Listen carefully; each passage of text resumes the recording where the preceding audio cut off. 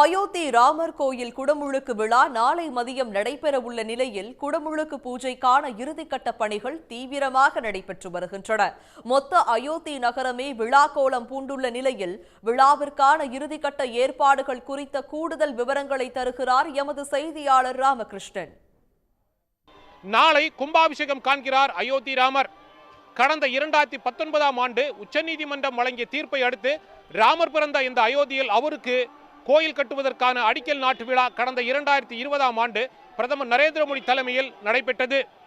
அடிக்கல் நாட்டப்பட்டதை தொடர்ந்து சுமார் 1800 கோடி ரூபாய் செலவில் ராமர் கோயில் கட்டுவதற்கான பணிகள் தடபுடலாக தொடங்கி நடைபெற்றது.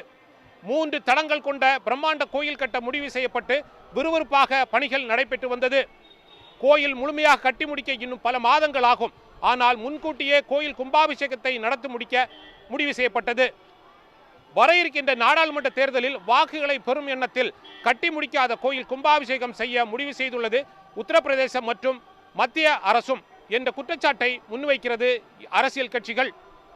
அனைத்து விமர்சனங்களையும் புறம் தள்ளி கும்பாபிஷேகத்திற்கான தேதியை முடிவு செய்தது 2 அரசுகளும். அதன்படி நாளை அயோத்தி ராமர் கோயில் கும்பாபிஷேகம் நடைபெறுகிறது. 16ஆம் தேதியிலிருந்து தொடர்ந்து நடைபெற்று வரும் சிறப்பு பூஜைகள் நாளை காலை வரை நடக்கும். அதன் பிறகு எவ்வாறு கும்பாபிஷேகம் நடைபெறும் என்பதை விவரிக்கிறார் சாமி சுனில்தாஸ்.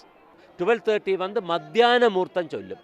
சூரியன் மத்தியத்துக்கு வரும்போது ஆல் தி தேவதாஸ் அட்டெண்ட். இப்போ 30 கோடி தேவதைகளும் வந்து இந்த பிரதிஷ்டா இந்த பிராண பிரதிஷ்டையை அட்டெண்ட் செய்வேன். 12:30க்கு ஆரம்பிச்சு எவ்வளவு நேரம் பூஜை வந்து நடக்கும்? யார் யாரெல்லாம் அதில் கலந்துப்பாங்க? அதில் எல்லா ப்ரீஸ்ட்டு, ஆல் தி யோகிஸு, டெவோட்டீஸு, கவர்மெண்ட் ஒஃபீஷியல்ஸு எல்லாம் வேர்ல்டு ரெப்ரசன்டேஷன் அங்கே வரும். அதுக்கு அந்த பூஜையில் ட்ரெடிஷனாக என்ன சொன்னால் அதில் அட்டெண்ட் பண்ணது வந்து 30 கோடி தேவதாஸ். அயோத்தி ராமர் கோயில் கும்பாபிஷேக நிகழ்ச்சியில் பிரதமர் நரேந்திர மோடி, உத்தரப்பிரதேச மாநில கவர்னர் மற்றும் முதலமைச்சர், ராமஜென்மபூமி அறக்கட்டளை சேர்ந்தவர்கள், பல்வேறு மாநில முதலமைச்சர்கள், நீதிபதிகள், ஓய்வு பெற்ற நீதிபதிகள், வெளிநாட்டு பிரதிநிதிகள், அரசியல் கட்சி தலைவர்கள், முன்னணி நடிகர் நடிகைகள் என 8000க்கும் மேற்பட்டவர்கள் கலந்து கொள்ள இருப்பதால் விரிவான ஏற்பாடுகள் செய்யப்பட்டுள்ளது.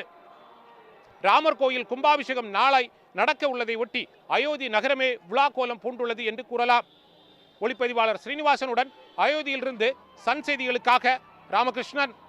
உடனுக்குடன் செய்திகளை தெரிந்து கொள்ள சன் நியூஸ் பெல் ஐகானை கிளிக் பண்ணுங்க.